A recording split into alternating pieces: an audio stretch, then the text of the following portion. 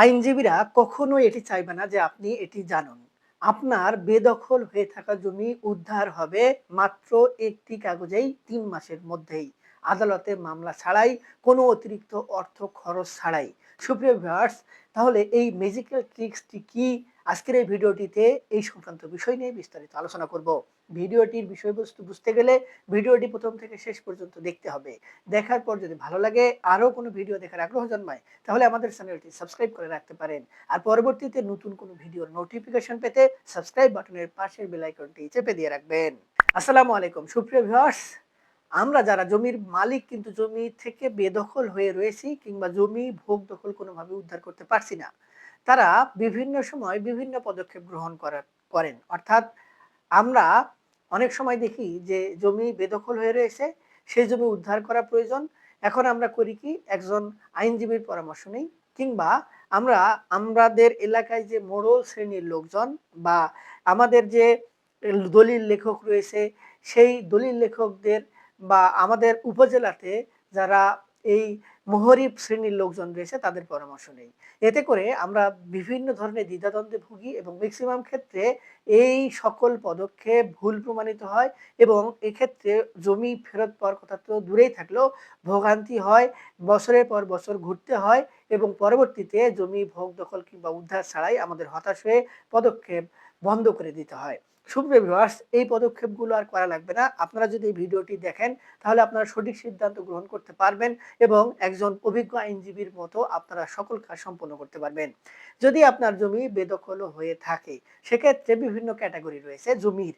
এখন যদি এমন হয় সম্পত্তি আপনার পূর্বপুরুষের, আপনার দাদার, পরদাদার কিংবা আপনার বাবার, কিন্তু সম্পত্তিগুলো এমন একজন ব্যক্তি ভোগ দখল করছে যাদের ওই সকল জমি ভোগ দখল করার কথা না। তাদের কাছে জমি বিক্রয় করা হয় নাই, তাদের কাছে সম্পত্তি হস্তান্তর করা হয় নাই বৈধ পন্থায়। অর্থাৎ তারা ওয়ারিশ না, কিংবা তারা কোনোভাবে সম্পত্তিগুলো পাওয়ার যোগ্য না। এক্ষেত্রে আপনারা হয়তো হন্যে হয়ে খুঁজবেন যে কোন প্রমাণটি থাকলে আপনারা এই জমিগুলো উদ্ধার করতে পারবেন। এক্ষেত্রে আপনার পূর্বপুরুষের জমি হলে ২ টি ডকুমেন্ট অত্যন্ত গুরুত্বপূর্ণ। যেমন একটি হচ্ছে খতিয়ান আর একটি হচ্ছে দলিল। যদি আপনার পূর্বপুরুষের নামে কোথাও দলিল থাকে, সেই দলিলটি আপনাকে আগে খুঁজে বের করতে হবে। এই খুঁজে বের করার উপায় রয়েছে, সেগুলো আমরা ইতিমধ্যে ভিডিওটিতে বলেছি যে কিভাবে খুঁজে বের করবেন। আপনারা আমাদের চ্যানেলে গিয়ে সেই বিষয়টি দেখে আসতে পারেন। তো আপনার পূর্বপুরুষের নামে কোনো একটি দলিল পেলেন, সেই দলিল অনুযায়ী একটি নির্দিষ্ট দাগ নম্বরের জমি আপনার পূর্বপুরুষের নামে রয়েছে। ওই জমিটি আবার অন্য একজন ব্যক্তি ভোগ দখল করছে। আপনি সন্দেহ করছেন যে ব্যক্তিটা ভোগ দখল করছে তাদের সম্পত্তি দেয়া হয় নাই বৈধ প্রক্রিয়ায়, বা তারা চিরস্থায়ীভাবে সম্পত্তি ভোগ দখল পাওয়ার উপযোগী না। হয়তো তারা বন্ধক নিয়েছিলেন, লিজ নিয়েছিলেন, এইভাবেই তারা ভোগ দখল করছে। এখন আপনার পূর্বপুরুষের নামে যে দলিলটি বের হলো, সেই দলিলটি আগে আপনাকে যাচাই করতে হবে যে ওই দলিলটি আসলে ভলিউম বইয়ে রয়েছে কিনা। তারপরে আপনারা সেই ভলিউম বইয়ে সার্চ দিয়ে যদি কনফার্ম হন যে দলিলটি ভলিউম বইয়ে রয়েছে এবং দলিলটি ঠিক, তাহলে আপনি ওই দলিল দ্বারা তার ভোগ দখল, অর্থাৎ যারা ভোগ দখল করছে তাদের ভোগ দখলকে চ্যালেঞ্জ করতে পারবেন। এবং তারা যদি এক্ষেত্রে কোনো দলিল উপস্থাপন করে, যে দলিলটি হতে পারে আপনার পূর্বপুরুষের কাছ থেকে কওলা দলিল বা তাদের কাছে হেবা করে দেওয়া হয়েছে এই ধরনের দলিল, তাহলে ওই দলিলটি আপনাকে আগে অথেন্টিসিটি যাচাই করতে হবে। অর্থাৎ ওই দলিলে আপনি যে বিষয়টি দেখবেন সেটি হচ্ছে তফসিল, এবং ওই দলিলটি পরবর্তীতে রেজিস্ট্রি করা রয়েছে কিনা, এবং রেজিস্ট্রি করা থাকলে সেই দলিলটি ভলিউম বইয়ে রয়েছে কিনা। জাল দলিল তো অসংখ্য হয়ে থাকে, সেই জাল দলিলগুলো যাচাই বাছাই করার কিন্তু উপায় রয়েছে। যদি ১ থেকে ৫ বছরের মধ্যে দলিলটি তৈরি হয়ে থাকে, তাহলে সেটি কিন্তু আপনার উপজেলা সাব রেজিস্ট্রি অফিসেই পাওয়া যাবে।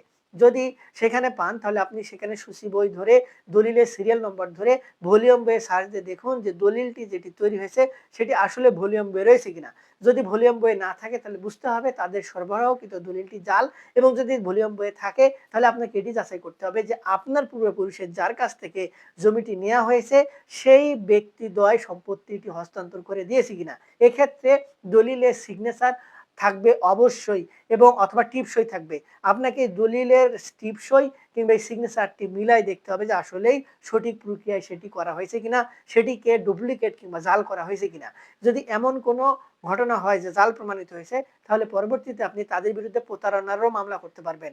তাদের বিরুদ্ধে জেল জরিমানাও ব্যবস্থা আপনার করার সুযোগ রয়েছে। এখন যদি দলিলটি সেখানে অথেন্টিসিটি যাচাই বাছাই করার পর দেখা যায় যে তারা আসলেই সম্পত্তি হস্তান্তর করে নিয়েছে, তাহলে তো আপনার কিছু করার নেই। যদি তাদের দলিলটি জাল প্রমাণিত হয়, ভলিউম বইয়ে না খুঁজে পাওয়া যায়, তাহলে আপনার পূর্বপুরুষের যে দলিলটি রয়েছে সেই দলিল দ্বারা আপনারা বেদখল জমি উদ্ধারের মামলা করতে পারবেন, অথবা মামলা ছাড়াই আরো ২ টি পন্থা রয়েছে। ভিডিওটিতে আমরা আলোচনা করব কি পন্থায় আপনারা মামলা ছাড়াই জমিগুলো উদ্ধার করতে পারবেন। এরপরে হচ্ছে খতিয়ান। এই যে খতিয়ান, খতিয়ান হচ্ছে একমাত্র পন্থা যেটির দ্বারা সম্পত্তিকে মালিক, কিভাবে মালিক এটি খুঁজে বের করা সম্ভব।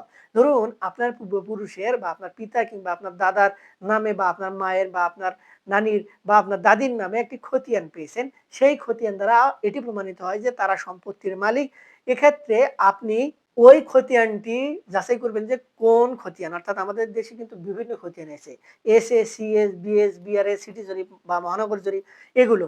সেই খতিয়ানটির দ্বারা তারা যে সম্পত্তির মালিক এটি নিশ্চিত। তারপরে পরবর্তীতে যারা সম্পত্তি ভোগ দখল করছে সেই ব্যক্তিদ্বয়ের নামে যদি খতিয়ান থাকে, তাহলে সেই খতিয়ানটি তারা কিভাবে অর্জন করলেন সেই বিষয়টি আপনাকে আগে নিশ্চিত হতে হবে। ওই সকল ব্যক্তিদ্বয়কে আপনাকে তাগাদা দিতে হবে যে খতিয়ানটি আমার কাছে রয়েছে আমার পূর্বপুরুষের, আপনারা সম্পত্তির মালিক হলেন কিভাবে এটি আমাকে দেখান। তারা যদি দেখাতে চায় তাহলে ভালো, আর না দেখাতে চাইলে উপায় রয়েছে। আপনারা উকিল নোটিশের মাধ্যমে তাদেরকে চাপ দিতে পারবেন, আদালতে মামলা করতে পারবেন খতিয়ান সংশোধনের জন্য, বা খতিয়ান তারা কিভাবে পেল সেই বিষয়টি যাচাই বাছাই করার জন্য। তারপরে তারা যদি খতিয়ান সরবরাহ করে, তাহলে সেই খতিয়ানের মাঝখানে তারা সম্পত্তি কিভাবে পেল। সম্পত্তি হস্তান্তরের মাধ্যম রয়েছে। একটি হচ্ছে সম্পত্তি ক্রয় বিক্রয় সূত্রে কিংবা হেবা সূত্রে, উইল সূত্রে কিংবা ওয়ারিশান সূত্রে। তাদের যে মাঝখানের খতিয়ানটি তৈরি হলো তারা কিসের না কিসের মাধ্যমে কিন্তু তৈরি করেছে।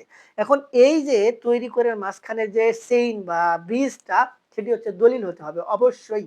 এই দলিলটি কিভাবে হস্তান্তরিত হলো, যদি তারা দলিল দেখাতে পারে সেটি আবার যাচাই বাছাই করুন সেটি জাল কিনা বা সেটি আসলে সঠিক কিনা। যদি সঠিক হয় তাহলে কথা নেই, আর যদি তারা দলিল দেখাতে না পারে সেক্ষেত্রে তাদের সম্পত্তির ভোগ দখল অবৈধ। আপনারা খতিয়ান সংশোধনের মামলা এবং দখল উচ্ছেদের মামলা কিন্তু একসঙ্গে করতে পারবেন। মামলা ছাড়াই উদ্ধারেরও কিন্তু উপায় রয়েছে। সুপ্রিয় ভিউয়ার্স, এই দুটি ডকুমেন্টের যে কোনো একটি যদি আপনার কাছে থাকে, আর আমি যে পদ্ধতিগুলো বললাম এই পদ্ধতির দ্বারা যদি আপনারা যাচাই বাছাই করেন, তাহলে আপনাদের সম্পত্তির ভোগ দখল পাওয়ার কিন্তু এই ডকুমেন্টগুলোই একমাত্র মাধ্যম হিসেবে আপনার কাজ করবে। এখন আসে যে আপনার এই যে দলিল বা খতিয়ান এবং এই যে সম্পত্তি বেদখল হয়ে রয়েছে এগুলো উদ্ধার করার মামলা ছাড়ার বিকল্প পন্থা কি? আমাদের ভূমি অপরাধ প্রতিরোধ এবং প্রতিকার আইনে বলা রয়েছে যে সম্পত্তি বেদখল উদ্ধার করার জন্য আপনারা আদালতে মামলা ছাড়াই ডিসি অফিস অভিযোগের মাধ্যমে আপনারা সেই সকল সম্পত্তি ৩ মাসের মধ্যেই বেদখল থেকে উদ্ধার করে নিজের দখলে নিয়ে আসতে পারবেন। এর জন্য আপনাকে আগে এই যে ডকুমেন্টগুলো এগুলো যাচাই বাছাই করতে হবে। আমি যে পন্থার কথা বললাম এই পন্থায় যদি আপনারা যাচাই বাছাই করেন এবং যাচাই বাছাইয়ের পরে যদি আপনাদের এটি মনে হয় বা আপনি নিশ্চিত হন যে আপনার ডকুমেন্টটি দ্বারা আপনার পূর্বপুরুষের সম্পত্তি আপনি ওয়ারিশান সূত্রে পাওয়ার যোগ্য, সেক্ষেত্রে আপনারা কিন্তু সম্পত্তিগুলো উদ্ধার করতে পারবেন এবং ডিসি অফিস অভিযোগ দায়ের করলে সেখান থেকে ৩ মাস সময় নেওয়া হবে। ৩ মাসের মধ্যে আপনাকে একটি রিপোর্ট প্রদান করা হবে। প্রযোজ্য ক্ষেত্রে আপনার সম্পত্তির দখল আপনাকে বুঝিয়ে দেওয়ার প্রয়োজন হলে তারা বুঝিয়ে দেবে। এখানে অতিরিক্ত একটি টাকারও প্রয়োজন হবে না, অতিরিক্ত ভোগান্তিরও প্রয়োজন হবে না। এখন যদি আরেকটি বিষয় আসে সেটা হচ্ছে আপনারা যদি সম্পত্তি সরাসরি ক্রয় করেন এবং ক্রয়কৃত সম্পত্তি আপনার বেদখল হয়ে যায় বা কেউ বেদখল করে ফেলে, সেক্ষেত্রে কিন্তু আপনারা সরাসরি আদালতে মামলা করতে পারবেন। এবং আরেকটি বিষয় হচ্ছে তাৎক্ষণিক যখন আপনার সম্পত্তি থেকে আপনাকে বেদখল করা হলো তখনই আপনি থানায় অভিযোগ জানাতে পারবেন যে ভূমিদস্যুতার মাধ্যমে আপনাকে সম্পত্তি থেকে উচ্ছেদ করা হচ্ছে, বা ডিসি অফিস অভিযোগ জানাতে পারবেন যে আপনাকে সম্পত্তি থেকে উচ্ছেদ করা হয়েছে ভূমিদস্যুতার মাধ্যমে, সন্ত্রাসী কার্যক্রমের মাধ্যমে। তাহলে কিন্তু তাৎক্ষণিকভাবে তারা ব্যবস্থা গ্রহণ করবেন এবং আপনার সম্পত্তি যে আপনি ভোগ দখলে পাওয়ার যোগ্য, আপনার যে ডকুমেন্টগুলো এগুলো যাচাই বাছাইয়ের মাধ্যমে আপনাকে সম্পত্তির ভোগ দখলে ফিরিয়ে দেওয়া হবে। সুপ্রিয় ভিউয়ার্স, এই যে পন্থাগুলোর মাধ্যমে আপনারা মামলা ছাড়াই খুব সহজেই এই বেদখল হয়ে থাকা সম্পত্তি উদ্ধার করে নিজের ভোগ দখলে নিয়ে আসতে পারবেন। বিষয়টি একটু জটিল মনে হলেও প্রথম থেকে শেষ পর্যন্ত যারা দেখেছেন তারা একটু হলেও বোঝার কথা। যদি না বোঝেন প্রথম থেকে আবার শেষ পর্যন্ত বারবার ভিডিওটি দেখুন। আশা করি আপনাদের বিষয়গুলো মাথায় একটু হলেও ঢুকবে। আর যে কোনো বিষয়ে কোনো সিদ্ধান্ত গ্রহণ করার আগে যার তার কাছে না গিয়ে একজন ভালো অভিজ্ঞ আইনজীবীর পরামর্শ নেওয়াই সবথেকে বুদ্ধিমানের কাজ। আমাদের থেকে কোনো পরামর্শ নিতে চাইলে, কোনো সহযোগিতা নিতে চাইলে ভিডিওর নিচে কমেন্ট বক্স রয়েছে, সেখানে কমেন্টস করবেন। আমরা আমরা আপনাদের সহযোগিতা করার চেষ্টা করব। আজকে এ পর্যন্তই। দেখা হবে সামনে নতুন কোনো ভিডিওতে। ততদিন পর্যন্ত ভালো থাকবেন। ধন্যবাদ।